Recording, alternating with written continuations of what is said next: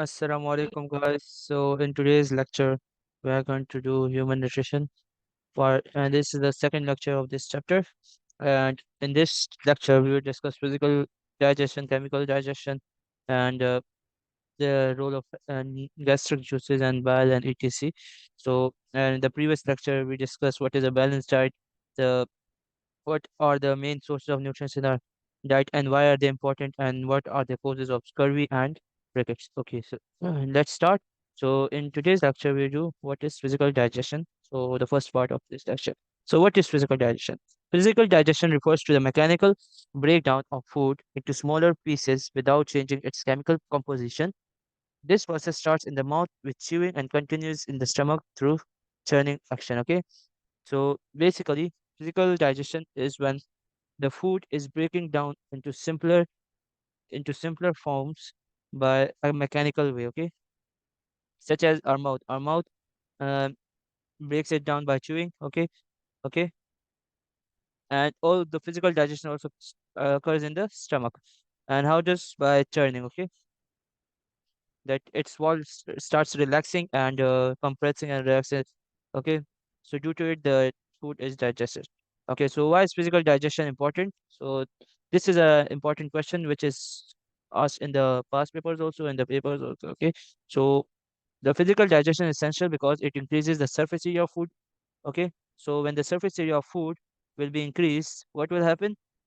That the enzyme will act on it easily. Okay, so the more surface area, the more enzyme will act on it. Okay, look, like here is it written that the surface area of food particles making them easier to digest enzymatically.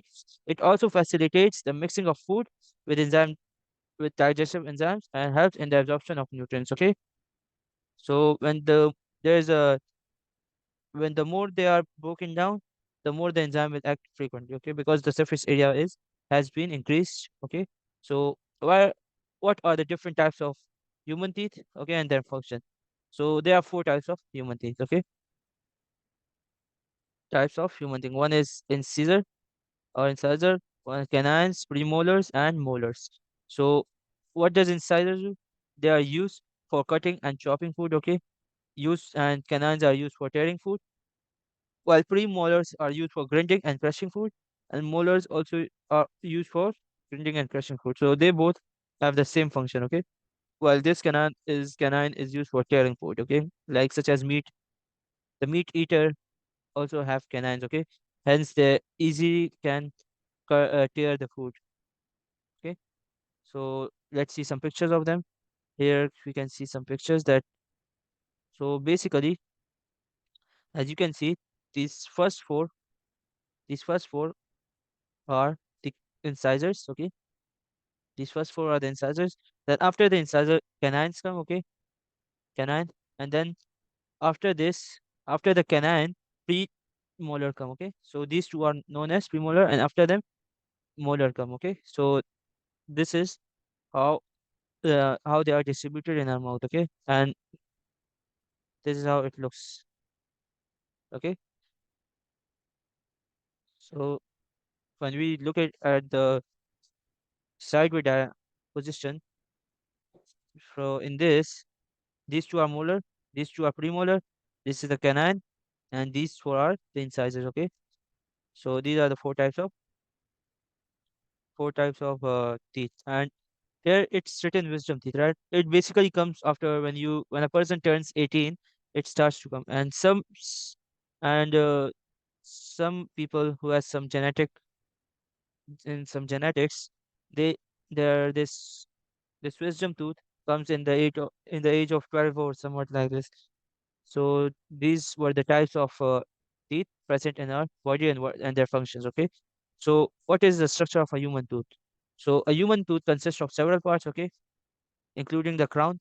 Okay, the crown means this part, this part. Okay, this the it's the ahead one. Let me show you the upper jaw. This one.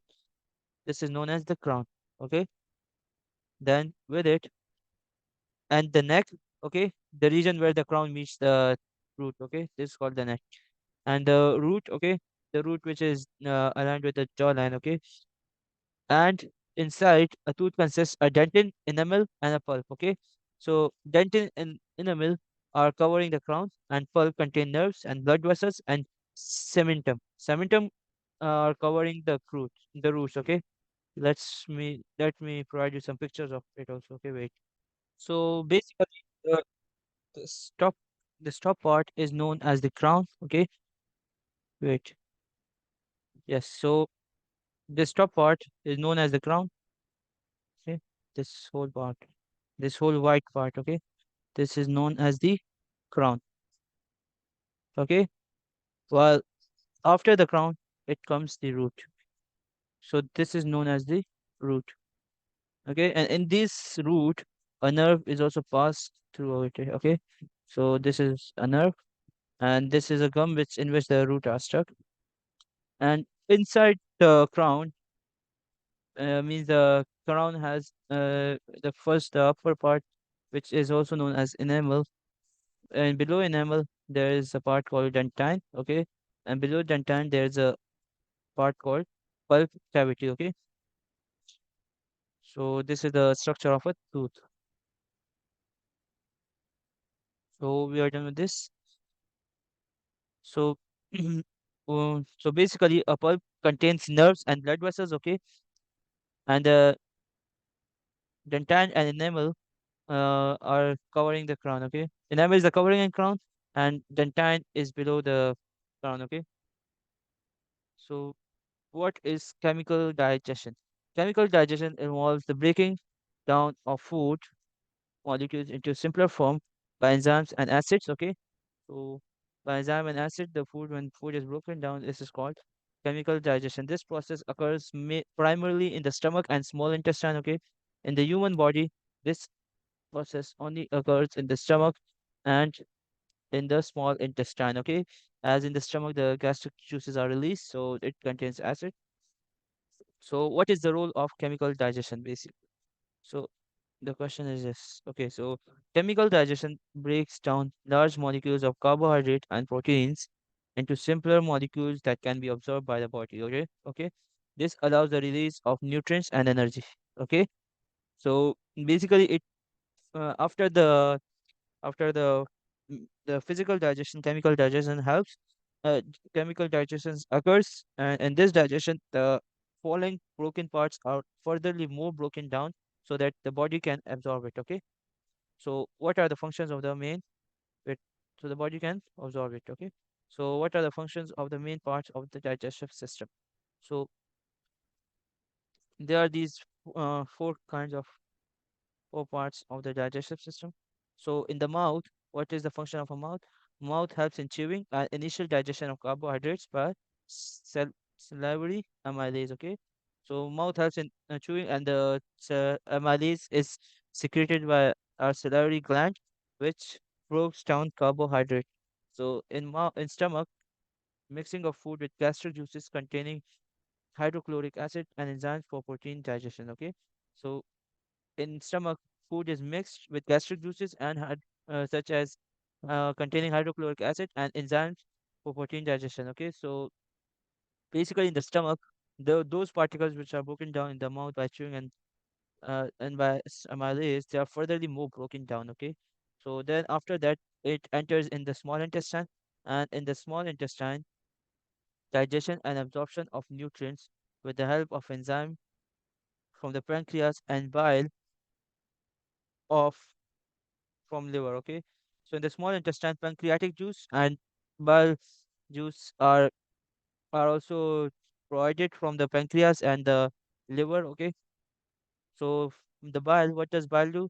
Bile breaks down the lipid. Okay, and pancreas also break down protein and carbohydrate and essential nutrients. Okay, so then it goes to the large intestine. Okay, in largest and before large intestine, so what happens is that in the small intestine there are some structure known as villi, which absorb the essential nutrients. Okay, so then it goes to the largest intestine. Large intestine, the absorption of water, electrolytes, and formation of feces occurs. Okay, so we are done with the function of the main parts of digestive system. Now let's do where in the digestive system are amylase, maltase, protease, lipid secreted, and where do they act and what is their function. So basically, amylase is secreted in the mouth and small intestine, okay, which acts on carbohydrates to break them down into simpler sugars, okay, yeah, or into starch, okay. So this is the function of amylase.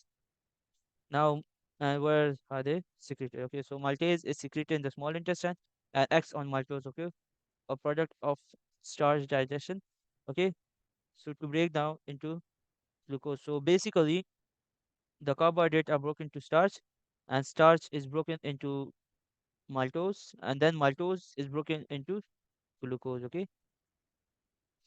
so here the maltose is broken into glucose.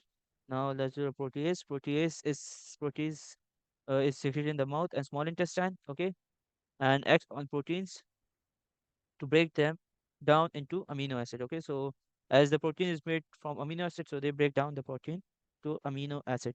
And lipase also is secreted in the pancreas and small intestine and acts on the fats to break down into fatty acids and glycerol. Okay,